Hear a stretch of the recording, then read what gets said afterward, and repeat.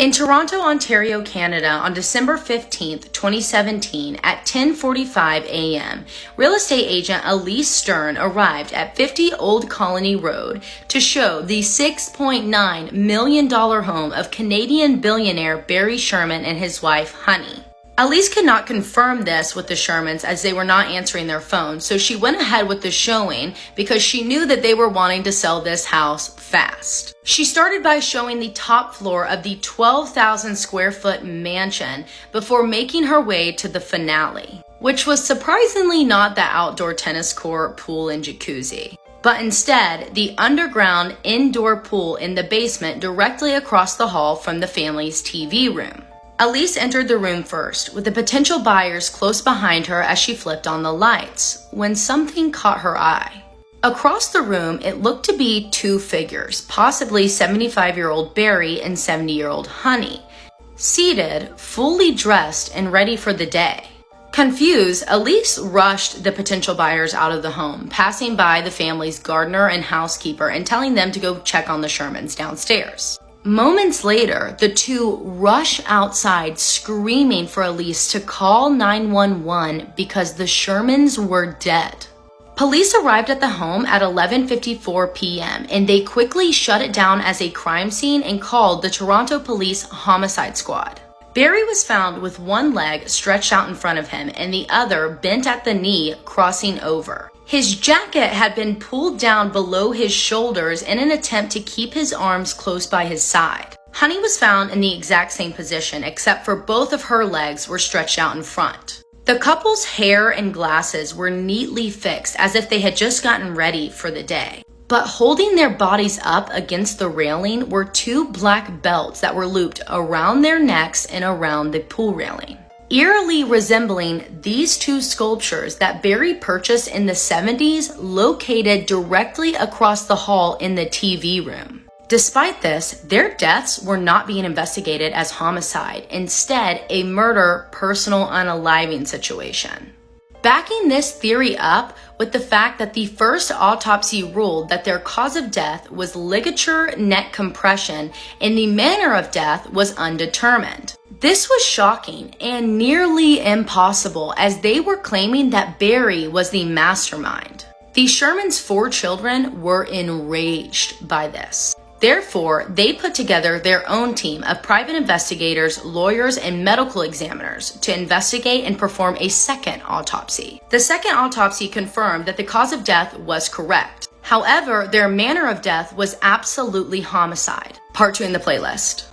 Part 2 of the Sherman murders. The second autopsy ruled that the Shermans' death was a homicide because of 3 main reasons. Number 1, Honey was found with severe bruising on the side of her head as if she had been hit with something. Number 2, both Barry and Honey had burn marks on their wrist as if they had been tied up. And number 3, the belts that were found around their necks were determined to not be the instruments used to kill them, yet there were no other weapons found at the scene. But even still, Toronto PD would not investigate this as a homicide until a month after their murders. So what changed their mind? In a press conference, Toronto PD announced that they believed the Shermans had been killed in the late hours of December 13th, further stating that they believed Barry and Honey were targeted. Their murders were personal, trying to send a message and planned to perfection. Who would have targeted this couple, not taken a single thing from the home, have no problem getting in, and not leave as much as a fingerprint behind? Whoever did this knew the Shermans intimately, the layout of their home, and their schedules. For this, there are 4 main theories. Number 1, the contractors who built the couple's home. It cost the Shermans $2.3 million to build their home in 1980. But once the home was completed, Barry sued the contractors for $2 million as a result of poor building practices. And Barry won the case, getting back the majority of the money he had put into the home. But that was 40 years ago. What would they get out of murdering them now? Which leads us to theory number 2, a break-in. In the year before their murders, the Shermans' neighborhood had reported over 150 break-ins, and the Shermans had been a victim of this. I'm unsure of the exact date, but at one point, someone had climbed onto the Shermans' roof, lowered themselves in through the skylight using a pulley and harness system before stealing some of Honey's jewelry and leaving the home. This makes sense, as the criminals would have known the layout of the home, stalked the Shermans long enough to know their schedules, but maybe this time they got caught. However, if their main goal was to steal, they would leave the house without taking anything? But overall, the main issue with the first two theories is that they wouldn't be personal. So now, let's focus on people that are in the Shermans' direct circle, which leads me to theory number 3, Carrie Winters, who is Barry's cousin. Barry was the CEO and chairman of Apotex, a pharmaceutical company and the largest producer of generic drugs in Canada. But what got Barry his start in pharmaceuticals was his uncle, Louis Lloyd Winters, the owner of Empire Labs. Part 3 is on the playlist below. Trust me, you want to stay for this. Final part of the Sherman murders. When Louis unexpectedly passed away, Barry purchased Empire Labs under the conditions that when Louis's 4 sons turned 21, they would be hired at Empire and given opportunity to buy large stakes in the company. However, that contract would be voided if Barry sold Empire, which he did. Therefore, just months before Barry's murder, Carrie and one of his brothers, who are Louis's sons, sued Barry for $1 billion or large stake in Apotex, as Apotex would not exist without Empire Labs. But the judge tossed the case, siding with Barry. So Barry turned around and sued the Winter brothers for $1 million worth of legal fees. Carrie hated Barry and was very open about wanting him dead, even with investigators when being interviewed. But he had an alibi and he was cleared. And he also had a lead for investigators. Carrie claimed that in the 90s, Barry came to him asking to set a professional hit on his wife, Honey. Carrie agreed, got his guys, and set a date, but at the last minute, Barry backed out. Investigators asked Carrie to take a polygraph, and he agreed, but dramatically failed. On top of the fact that there was no factual evidence supporting this theory.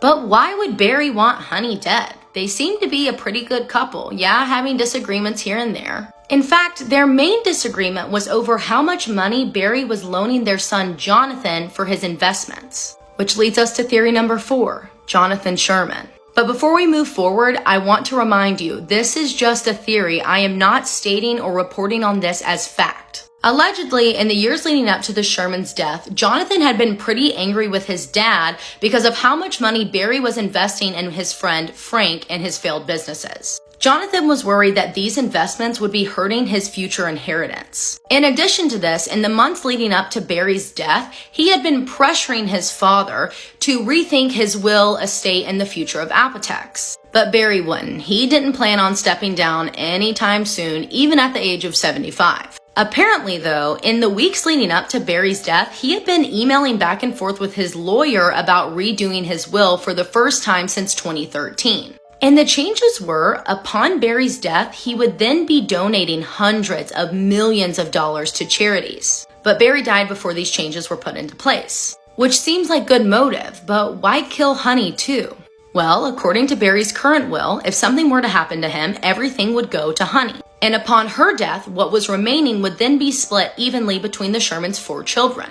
There are millions of more theories and details to these current theories. But to this day, no one has ever been arrested or charged with the murders of the Shermans. But recently, Toronto PD announced that they are closer than ever to closing this case. This is Luis Eric Coca Crespo, and at just 14, he would be found brutally murdered. It was May 12, 2016, when Luis Eric was picked up from school by his 18-year-old sister, Susanna. Susanna actually had a placement test she had to go to that evening, so she dropped Luis Eric off at home. At the time, besides the family's tenants that lived in the basement, Luis Eric was home alone because his parents actually were in their native Bolivia burying his grandfather who had recently passed. Now, Susanna was only gone from the family home for a couple of hours, but when she returned, it looked like it had been ransacked. She told me when she initially arrived, she didn't think of an intruder at all because her little brother had started getting ragey when he would play video games and lose. She just thought he'd had a really bad game and that her parents were going to be so mad when they got back home from their trip. But she couldn't find Luis Eric anywhere, and as she searched the rooms, she didn't realize something was wrong until she got to the final room, his bedroom. She told me that it must have been God because at that point the sun was almost completely down, so she didn't see much. But upon seeing his body in the shadows, she knew immediately that he was gone, and she soon called 911. The 911 operator was rightfully concerned for Susanna. The person that killed her brother could have still been in the house, and she told her to get outside. As Susanna stood outside the family home, screaming and crying, waiting for police and her boyfriend to arrive, her downstairs tenants heard her. On the suggestion of a family friend, the Rodriguez family had recently moved into the Coco Crespo family basement. Now, the Rodriguez family had 2 boys, a toddler and a 17-year-old by the name of Colin. Colin and his mother came out and joined Susanna outside. When she let them know what had happened, Colin's mom ran in to try to revive Luis Eric, but unfortunately it was too late. Susanna was left outside with Colin, who tried his best to comfort her with a hug when her boyfriend pulled into the yard, the police soon following. Everyone was taken into the police station for questioning, and this really shocked me, but Susanna told me that the police told her it was her responsibility to tell her parents that their son was dead. Thankfully, she had someone that did it for her, but I just couldn't even imagine. And initially, police had a hard time finding a cause of death on Luis Eric. The attack was so brutal. But outside in the garbage was a hammer, and it was discovered that the claw end of the hammer had been used to kill Luis Eric. Initially, police thought this must have been a home invasion gone wrong. And there was a lock that was picked, but it was a lock from the basement into the family home, leading them to the horrific realization that Colin Rodriguez at just 17 years old had been the murderer. After the Coca Crespo family had opened their home to his family, and finding this out after he had tried to comfort Susanna in her own driveway, knowing exactly what the hell she had seen upstairs in her own home. Now, Colin, his mother, and his defense team would go on to blame years of bullying in school led him to do this, even though Luis Eric hadn't bullied Colin at all. Colin had actually asked Luis Eric if he wanted to smoke blank with him and apparently felt insulted when Luis Eric said no, which led Colin to start to plan his murder. So Susanna told me that the adults in her life had noticed that there was something strange going on with Colin before this event had even happened. One of them had even pulled Luis Eric to the side, asking him about his interactions with Colin, and apparently he told them about the smoking incident. Colin would later cite this as the reason why he murdered Luis Eric. His lawyers would tack on to that defense, that he has a syndrome where the bones in his neck aren't as many as you or mine might be, leading it to appear like he had no neck. His mother, his defense lawyer, and himself would say that he was basically a social pariah all through high school because of this. And they would say in court that Luis Eric represented to him all of the bullies that he'd ever experienced in high school, and he was just trying to get revenge on them. The reason that doesn't make any clear sense to me was this crime was extremely premeditated. This wasn't done in the heat of the moment. And also, even if all of those excuses are true, it doesn't give you the right to murder someone. But anyways, Colin knew he only had a short amount of time to commit this crime because Luis Eric was dropped off at the house a little after 3. Colin's mother was set to return home from work by 5:30 at the latest. He used a knife to break into the part of the house where the Coca Crespo family lived. He snuck up behind Luis Eric with that hammer while he played video games on his laptop, hitting him in the back of the head and then attempting to tie him up with ropes. This part killed me.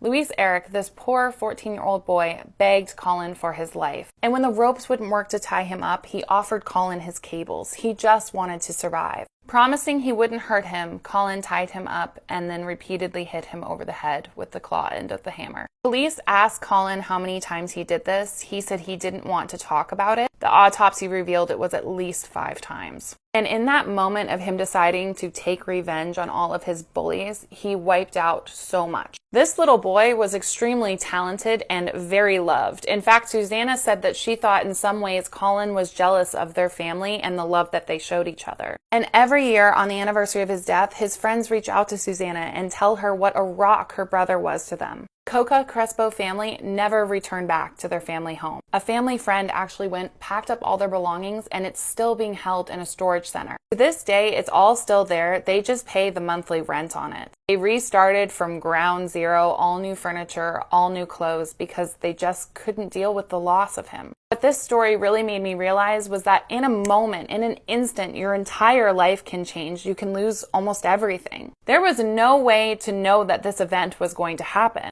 So through her brother's story, Susanna wants us to know that it's very important to know the people you let into your life, and through these stories, I always wonder, there were warning signs with Colin as well in his behavior. If you have someone in your life like this, or if you're feeling like this, please reach out for help. Tell an adult in your life, tell someone. There's got to be a teacher, a therapist, someone you can talk to. Because no matter what, it's so not worth the aftermath that's left behind.